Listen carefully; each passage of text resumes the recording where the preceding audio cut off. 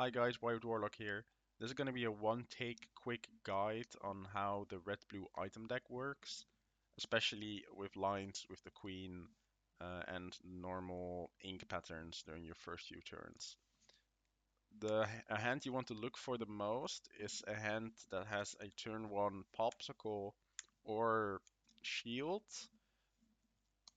a turn 2 scuttle, or let's say two popsicles or a popsicle and another item, and a turn 3 queen.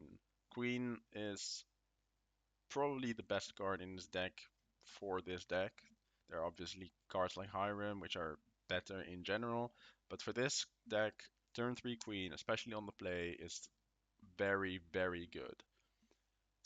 And if you can, you want cards like Brawl, and in red purple, you want cards like Maui to battle your opponent you and be a bit reactive because you are a reactive deck after the first like 2 or 3 turns until you can ink and draw a lot of cards and then win the game instantly with a Tamatoa and a dime activation. Sometimes Scuttle gets the quest for 5 even and then dies. Sometimes it just sits there because it can't quest because your opponent plays a Smee on turn 2. And yeah, but it draws a card, so it's a good card in this deck. Let's say this is your opening hand. The card you will always ink in like deck in hands like these is a Maui. Maui is basically only good against red purple, and you also always mulligan it away unless you're playing against red, unless you know you're playing against red purple. Uh, but it has some uses. But we have two, and you almost never play two Mauis in one game, so we can definitely ink this. So we'll ink that, and then we play a Popsicle. Popsicle is, again, one of the best turn 1 plays. And from this Popsicle, I just stack the deck, but from this Popsicle we draw an Inkable, we draw a Shield of Virtue. If we don't draw Inkables, we still have 3 Inkables we can work with. So that's pretty good. A Shield on turn 1 would have been very nice with a Queen, but we can wait for the Shield to turn 4, so it's fine. Right, we'll untap and we will draw a card for our first turn.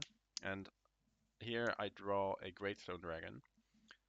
Greatstone Dragon is one of the items that is almost always an ink unless you're playing against a specific matchup. For Greatstone Dragon, this is green steel. And maybe not in hands like these, but in normal hands, you'll have like a Sisu or a Medusa or Big Sisu, which are uninkable, so you'll discard them first. And Greatstone Dragon is great to turn that into ink after you've discarded a lot and maybe you can't ink normally. You'll keep up an ink and you'll basically draw cards for free. So against a blind deck, let's say they played turn 1, they inked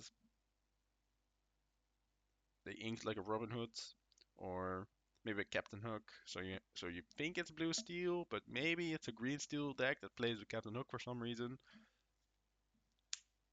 You'll just ink Stone Dragon.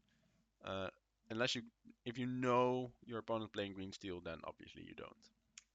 But in this case, we definitely do, and we will play a Scuttle. So Scuttle in this deck basically says draw a card or draw an item card. You have 25 items in this deck, and unless your starting hand starts with like 5 or 6 items, you have an 85 to 90% chance of hitting. So that's pretty good. And you want to search for either an Inkable if you need it, Popsicle if you need a draw card, Shield if you have Queen, or Lucky Dime. Special rule for this deck, if you get a Lucky Dime from Scuttle or Queen activation, almost always take it. If it's on the bottom of your deck, it's not useful. You'll never get to it unless you're playing against a blue steel or a wheel or another wheel deck, or they or you or they let you, or your opponent lets you draw a billion cards and then you win anyway, so who cares? You have only 2 lucky dimes, And we don't play one jump ahead or Mickey Mouse, so they are relatively safe, but you need at least one. And if the other one was already somewhere on the bottom and you play a scuttle and you put the other one also on the bottom, your chances of winning are reduced very drastically. So even though, let's say you get, let's say you get this as your scuttle trigger, even though you want a popsicle against green steel to draw cards, you actually really want a lucky dime in your hand. Put it in your hand, ducky trigger, discard lucky dime. That's what you want. Much better than it being on the bottom of your deck, taking the popsicle, drawing a card, and then losing the game because you can't finish because your lucky dimes are on the bottom of your deck. So in this case, with this scuttle, I reveal the top 4 cards. We have one item, so that's easy. And we are very sad that we have to put a Hiram on the bottom, because Hiram is one of the best cards in this deck, obviously, and it allows us to draw cards, but unfortunately we cannot take it. Now, against some matchup, this doesn't matter, but against others, it does. The order of the cards that you put on the bottom of your deck matters a lot.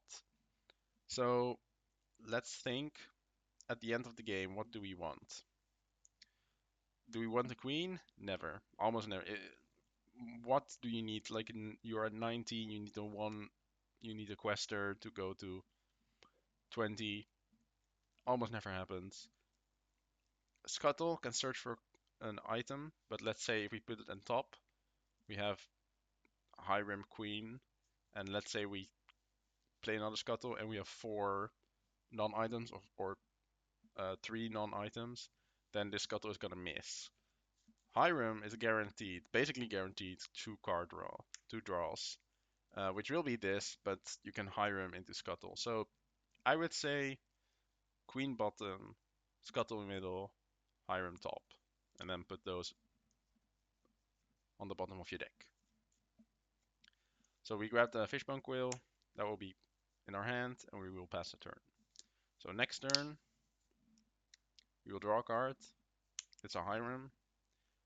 It's good, but in this case, it will probably not be our turn for play. So let's say we are not playing against red purple, then we would ink this Maui almost all the time. However, let's not drop a card.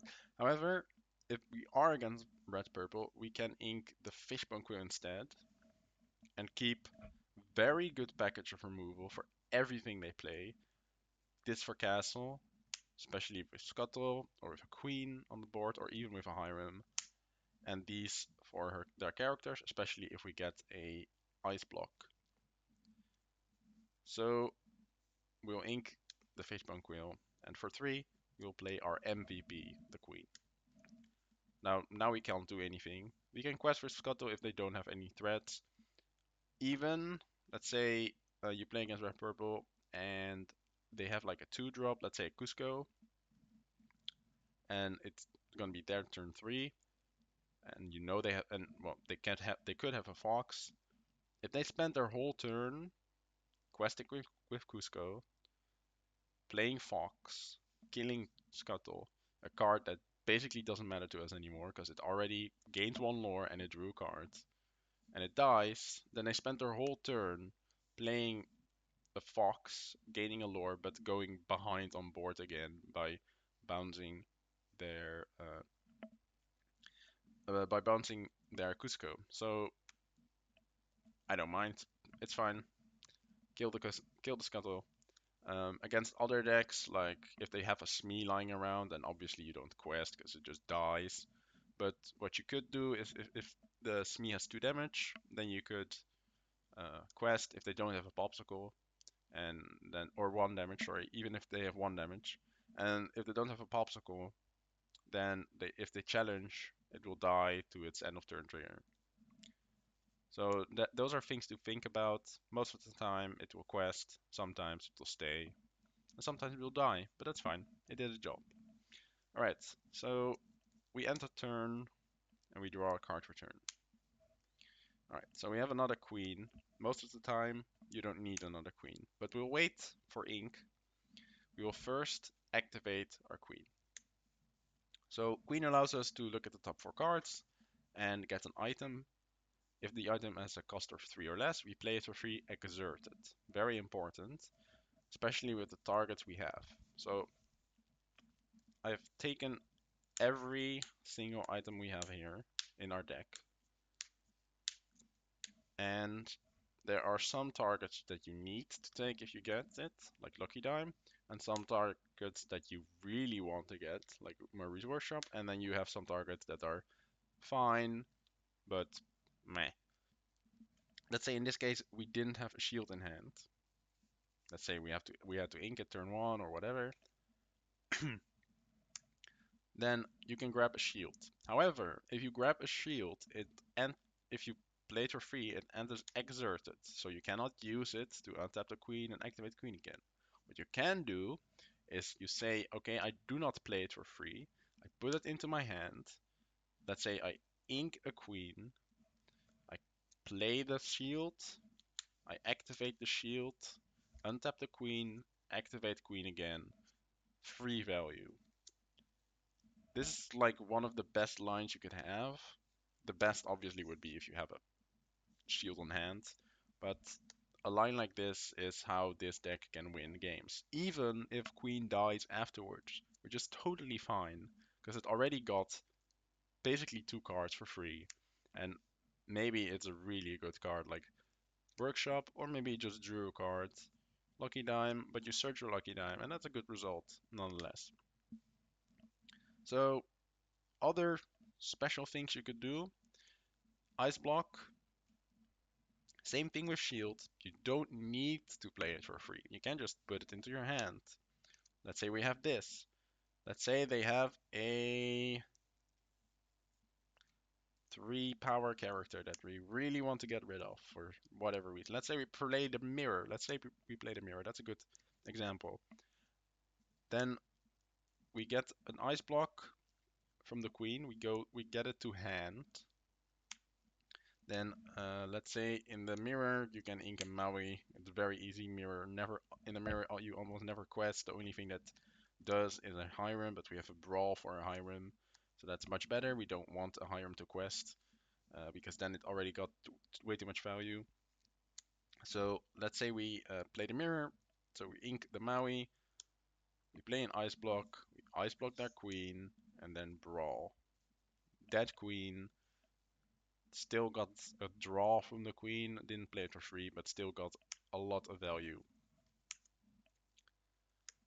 Best targets, in my opinion, and except for like the cases of shield and ice block, are these three. So Facepunk Quill is very nice, and sometimes you just want to play it on turn 3, but most of the time you want to play a queen. But if you get it for free, then it's a free Fishbone. You can just It didn't cost a card to play, so you have an extra card in hand next turn to ink. And you go to 4, and then next turn, let's say we draw a card. Okay, this is the queen. We can ink a queen, and then we can ink a card with Fishbone. We're at 6, which is a very crucial amount of ink, because then we can Medusa. So this, very good target. Workshop is probably the best normally, because well, if you play this and you have, let's say we have the shield in play and we didn't have the popsicle, we can untap queen with the shield, play a queen. Let's say we get a popsicle, which is a great hit if you already have a workshop. You can play the popsicle, draw a card from popsicle, pay 1 from the workshop to draw a card from workshop. So now we have drawn 2 cards plus a workshop for free plus a popsicle for free. So with 2 queen activations, we basically drawn 4 cards. Probably one of the best combos you can do in the game at the moment. Like, obviously there are Diablo shifts with Bucky triggers, stuff like that, but this is the real deal. Trust me. Cards like these are very situational. Greystone Dragon is a really good target as for Queen because you don't really want to play it, but for free, I mean, who says no to a free card, right? But sometimes you have matchups where your characters just don't die, you never discard a card, and the Greystone Dragon just doesn't do anything. That can happen. In a situation like that, you can also, uh, instead of taking it as a free card, if you have almost no inkables, you can say, I won't play it for free. I will draw it instead, and I will ink it. It's a basically draw card. Your queen's basically said draw a card instead of play it for free. But that works, and then you have your cards to do actual good stuff instead of a dragon that won't do anything because you're playing a matchup where your characters almost never die. Vitalisphere. So Vitalisphere, unlike Ice Block and Shield, doesn't require tapping or exerting to activate its effect. So Vitalisphere is always a hit, just play it, or you take it to hand if you need it for ink.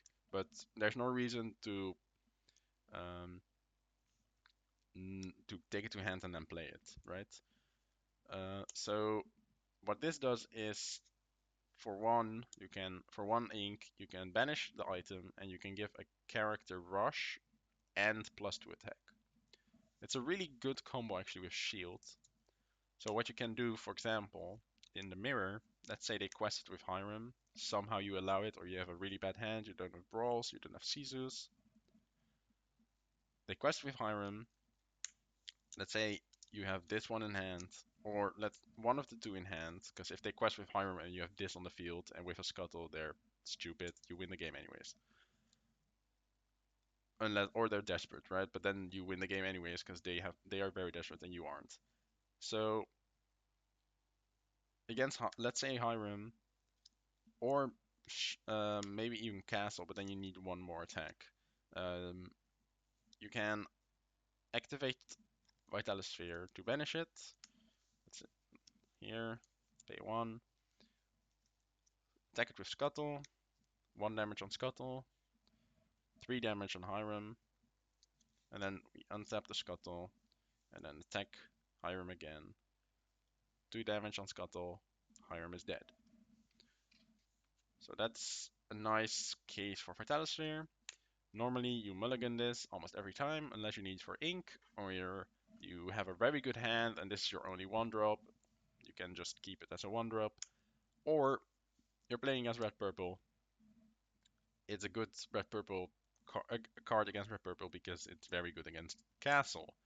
And turn 4 Castle is a very big weakness for this deck. And Shield and Vitalisphere really help here. Like, let's say you have this, or any other card that has 3 power, but let's say this. You can Vitalisphere on the Queen, and with Queen and Scuttle, kill the castle immediately. Sometimes that's worth more than activating the Queen and not being able to untap it. But most of the time, I would say on turn 3, I would activate it. But it depends very heavily on your hand, obviously, and also on how many inkables you have. If you really need inkables, I would activate Queen, look for inkable, take it to hand, ink it. Then the last card I want to talk about is Fang Crossbow. So Fang Crossbow has 2 uses. One, you can tap it and pay 2 ink to give a chosen character -2 attack. So let's say Tamatoa, in the mirror or in blue steel. Tamatoa has 5 attack. If you Fang Crossbow it, it has 3. So then it becomes vulnerable to cards like Medusa. If you have an Ice Block, it goes to 2. You can Brawl it. Let's say you have 2 Ice Blocks and a Fang Crossbow. then you can even Sisu it, so it just dies to almost every card in your deck without being able to quest. So it had this value. Sure, Tamto is a very good card, but this is your battle against it. The other thing, and sometimes you have to do this if your hand is really bad against red purple, is it can kill a dragon character, and every Sisu character that red purple plays, or at all in general, is a dragon. So you can banish it and banish the dragon. Let's say on turn 3, you're on the draw, you have a very bad hand, they play a Sisu, they have a Flynn in play. Let's say, for example, you play my current version, where you play LeFou. So let's say you played turn 2 LeFou, so the Flynn doesn't trigger of itself, and you don't have a turn 3 card, you have nothing. So you play a crossbow, you kill the Sisu, that's worth it. That's already very good. And then the Flynn doesn't trigger because you have LeFou in play. So that is basically every item. Now I have one more trick, which would require a Hiram and a Tamatoa. So let's say your opponent played a dragon, a Maleficent dragon, and you do not have a crossbow. And so a dragon is 5 attack, right? So that's a lot. And normally you can't really do anything against that. But if you have your ice blocks, three ice blocks would take it from 7 to 4. And then let's say we have a Hiram and a Tamatoa in play or in hand. Doesn't really matter as long as we have enough ink. But probably in play. And let's say we had a bad start, we had a bad hand, we don't have a lot of items, we can't win, maybe we don't have a dime at all. We can ice block the dragon, then quest with Hiram, kill the ice block, draw 2 cards, quest with Kamatoa, get back the ice block the dragon 3 times again, and then Medusa it. So you have some plays with Hiram and Tamatoa. Same with Fang Crossbow. Obviously, Fang Crossbow just insta kills a dragon, but if they're like a Tamatoa and you don't have a good amount of cards for it, you can do the same. If you have 2 ice blocks against Tamatoa, you you ice block twice, you play Hiram, you kill ice block, you get it back with Tamatoa, and then you brawl. So you activated ice block 3 times, so it only has 2 attack. So those are the tricks and the queen lines. I'll probably post a video where I do a goldfish random deck and see how that goes, and I'll explain how my dot process goes during a turn and how you deal with certain matchups. Thank you for watching.